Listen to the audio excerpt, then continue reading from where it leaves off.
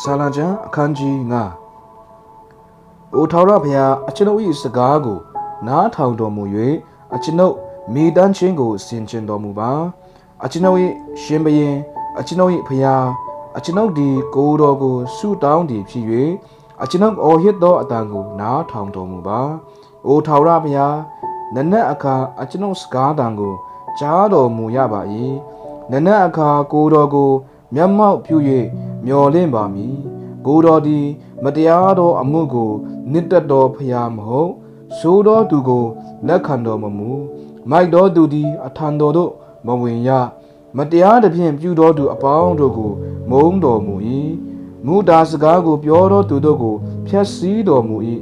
လူအသက်ကိုတတ်သောသူနှင့်လေစားတတ်သောသူကိုထာဝရဘုရားဆက်ဆုပ်ယွန်ရှာတော်မူ၏အကျွန်ုပ်မူကားများစွာသောဂျေစုကိုခံရသဖြင့်အိမ်တော်သို့ရောက်၍ကိုယ်တော်ကိုကြောက်ရွံ့သောစိတ်နှင့်တန်ရှင်းသောဗိမာန်တော်တွင်ကိုးကွယ်ပါလိမ့်မည်။အိုထာဝရဘုရားအကျွန်ုပ်၏ရန်သူတို့ကြောင့်အကျွန်ုပ်ကိုတရားတော်လမ်းထဲသို့ပို့ဆောင်တော်မူပါ။ကိုယ်တော်၏လမ်းကိုအကျွန်ုပ်ရှေ့မှဖြောင့်စေတော်မူပါ။သူတို့၏နှုတ်တွင်တစ္ဆာမရှိသူတို့နှလုံးသည်အလွန်ဆိုးဝါး၏သူတို့၏လေကြောင်းသည်ဖွင့်ထားသောတင်းကြိုင်တွင်ဖြစ်ပါ၏သူတို့သည်ရှာနှင့်ချော့မော့တတ်ကြ၏အိုဘုရားသခင်သူတို့အပေါ်မှာအပြည့်ရောက်စေတော်မူပါမိမိတို့အကြံအစီအားဖြင့်လဲကြပါစေတော့ကိုယ်တော်ကိုပုံကန်သောသူဖြစ်၍ပြစ်မှားသောအပြစ်များသောကြောင့်သူတို့ကိုနှင်ထုတ်တော်မူပါ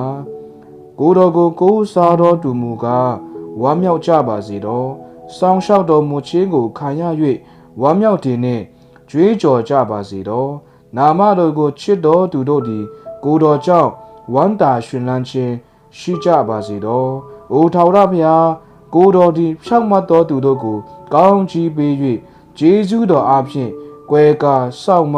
တော်မူလိမ့်တည်းစာနာကျမ်းအခန်းကြီး9အပိုက်ငယ်1မှ7တိုင်ဖြစ်ပါတယ်